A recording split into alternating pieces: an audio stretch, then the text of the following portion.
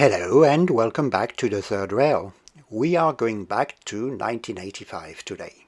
You're flickering through the catalogue that year and you suddenly see a picture of a Swiss red arrow. As a Märklin enthusiast, your blood immediately starts pumping. The last time Märklin produced such a model based on this prototype was way back in the 1930s, over 50 years ago. You have only seen this model in old catalogues or newsreels until now, and together with the Crocodile or the Krukenberg Zeppelin, it is one of the legendary models that forged Märklin's reputation. Nostalgia alone is no longer enough to sell a large number of units in 1985, so Märklin conceived a model closely aligned with the prototype owned by the Transport Museum in Lucerne at the time.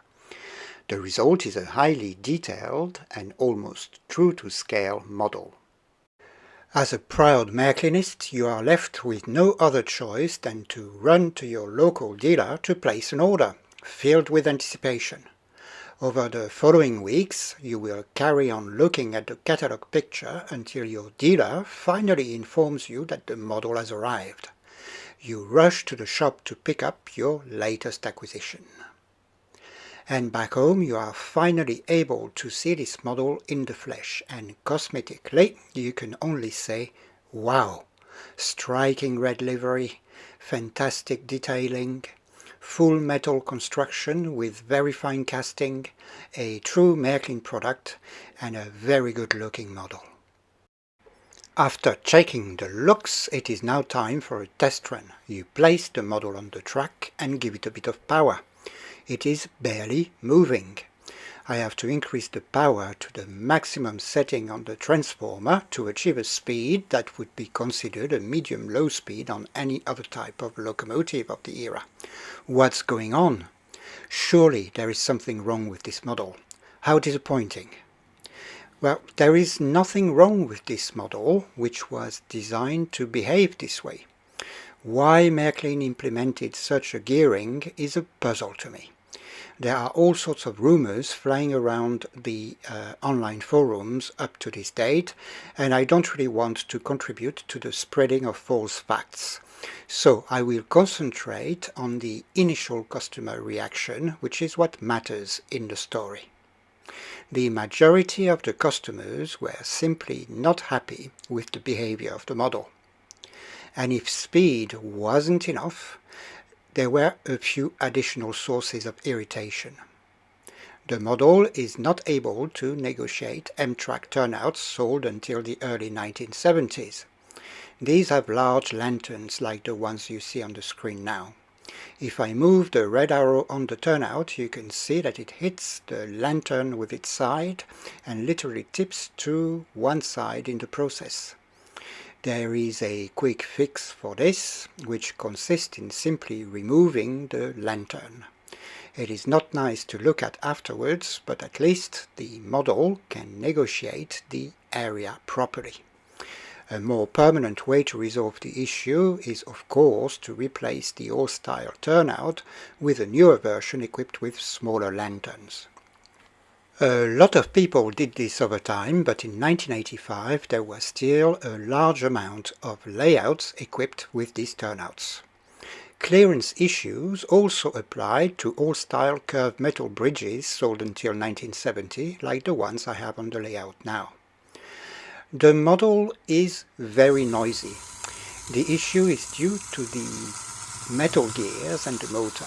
This issue is compounded by the gearing, which encourages people to run the model on a higher speed setting than they would use normally, making the problem worse. So instead of being a source of pride and pleasure, this model became a source of problems for a lot of customers, and many of them complained to Märklin. To their credit, Märklin reacted pretty swiftly to the negative customer feedback, and pretty quickly a new version of the model was released with a different gearing to increase its speed slightly, and plastic gears to reduce the noise level. This version of the model was sold between 1986 and 1991, and from a collector's perspective, this version is a tiny bit more expensive to buy than the original version. If you have a quick look at sold prices on auction sites, should give you an idea of the price differential there. Having resolved these initial teething issues, Märklin found itself sitting on a stock of unsold 3125s in original configuration.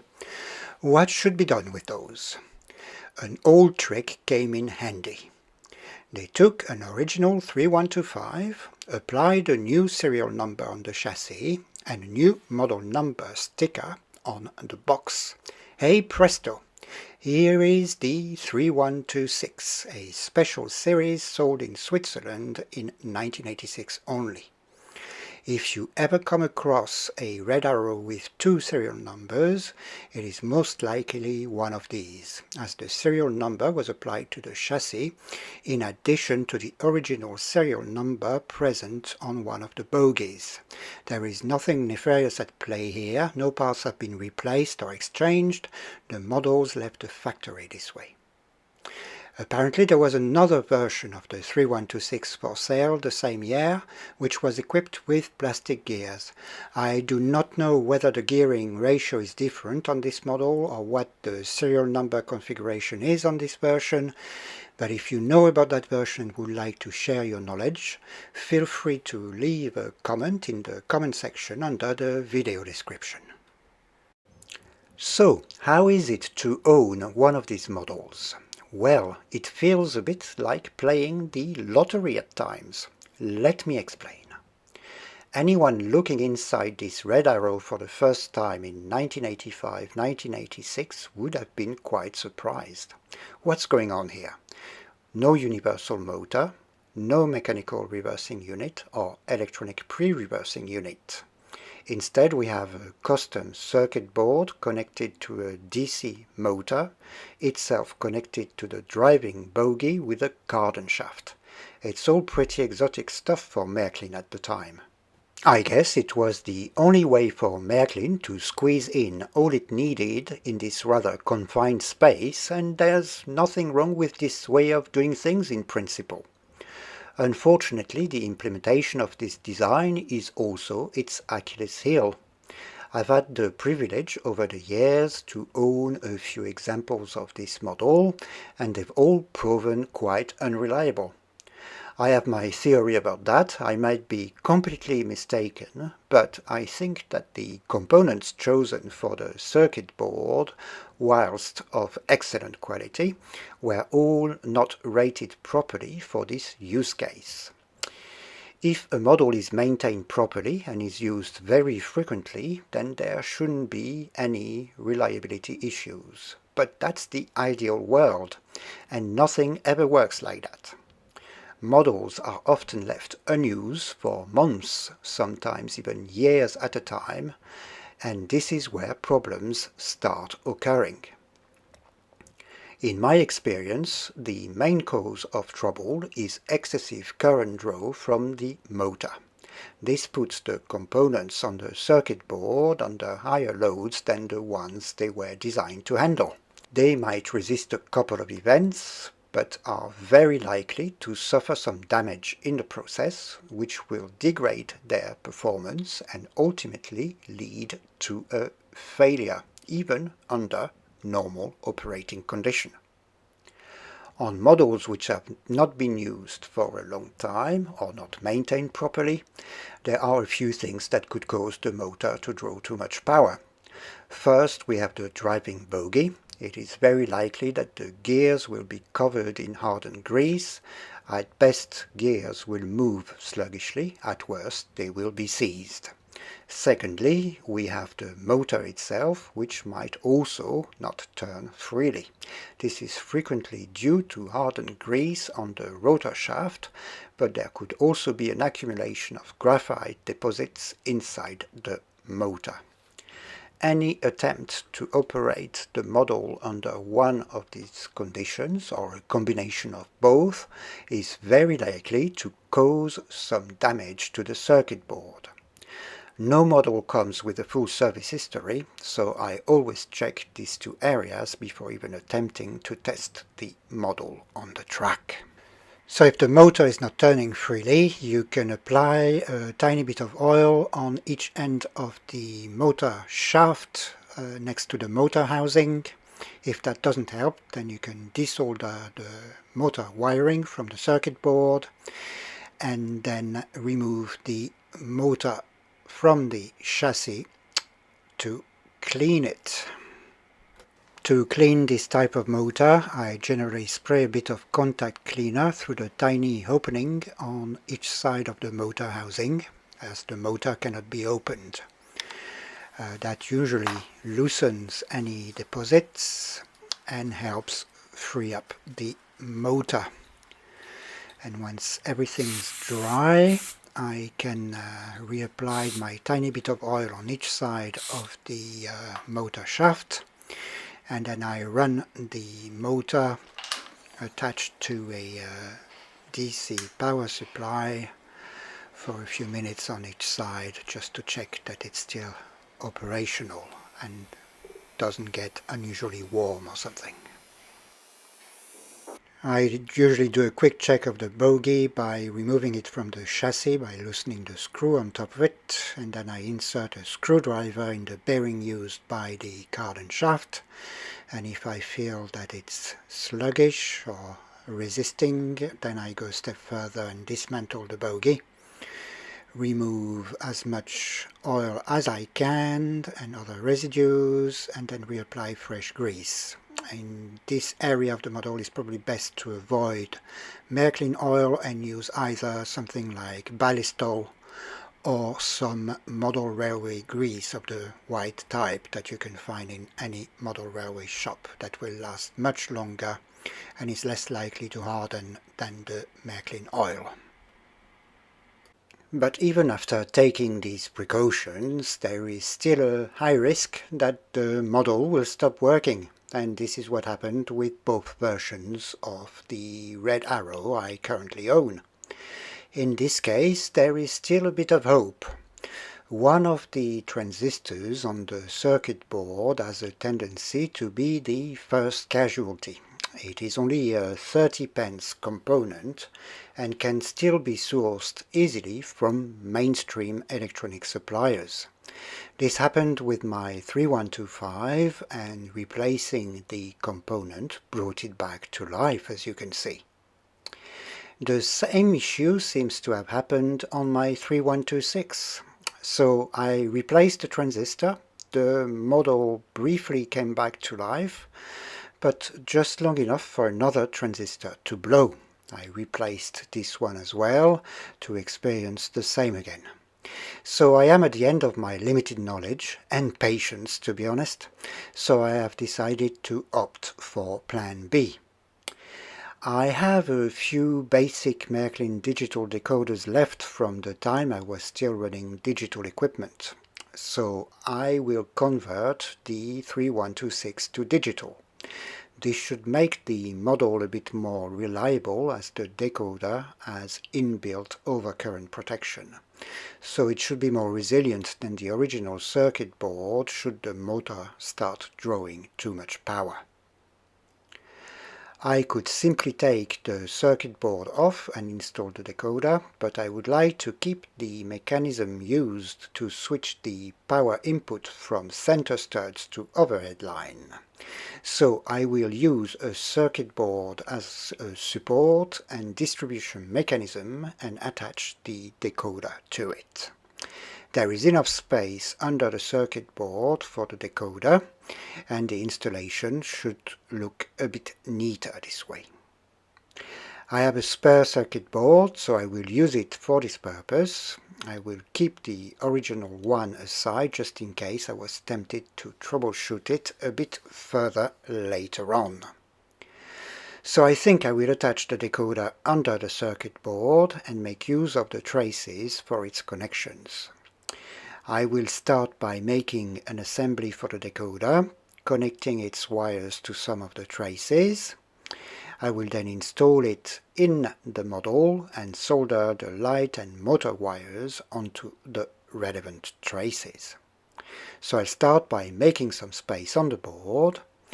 All components are through-hole components, and they can simply be pushed down with the tip of a hot soldering iron.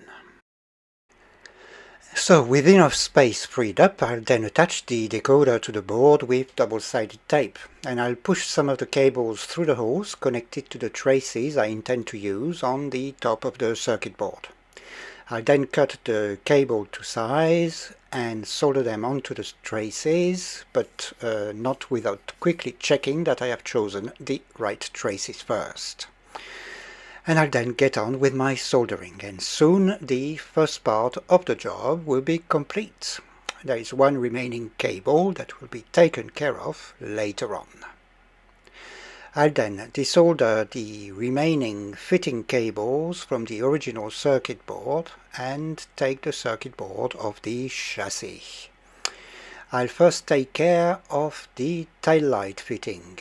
It will need longer wires so it can be connected to the decoder assembly I've just made. I also need to remove a few remaining components from the circuit board on the assembly in order to free up the traces I need for the tail light. So I'll cut the last wire to size and solder it on to the trace, and I'll proceed to attach new cables to the light fitting. And then I'll slot the assembly into place and fit the newly wired light fitting back onto the chassis. It'll be time to prepare the motor. I'll start by soldering on the FM shocks and wires, making sure that they are isolated with some heat shrink tubing. I then reinstall the motor and fasten it to the chassis with its original clamp. I'll then screw down the decoder assembly and get on with more soldering to attach the lighting and motor wires to their respective trace. And with the motor wires in place, I'll then reinstall the bogie. I'll check that it's still moving freely before fitting it. And it is finally time for a test drive. Right, we'll try backwards first. Yeah, my wheels are not set up properly, railed properly. There we go. We're going forwards now. Lights is working, or are working. Going backwards, it's working again. Yes, not bad. Yes, okay. Well, I think we can call this a job done. I just need to put the body back on now. And here it is now with its body on and in all its noisiness. The decoder hasn't improved that side of the model. I could look past the weak electronics. There are ways to fix that, as we saw earlier. But for me, what makes this model a rather disappointing one is really the noise level, whatever the gearing used in it. And I'm not the only one. There's an entire cottage industry that developed over the years that will sell you replacement motors or replacement bogies which are much quieter and improve the driving characteristics of the model. I can think of two companies. There's SBB Modelbau for motors, and there's MTR in Switzerland for replacement bogies. These things are either a straight swap or require extensive modifications of the chassis to be installed. And they're quite expensive. So this model might be one of those cases where they say you should never meet your heroes. And on these words, that's all for now. I'd like to thank you very much for watching. It's very much appreciated. I'd also like to thank all the subscribers to the channel. It never ceases to amaze me to see that people are so interested in the content that they subscribe, hit the notification bell, and sometimes even hit the like button. It's all very rewarding and keeps me going. Many thanks for this again. Bye for now.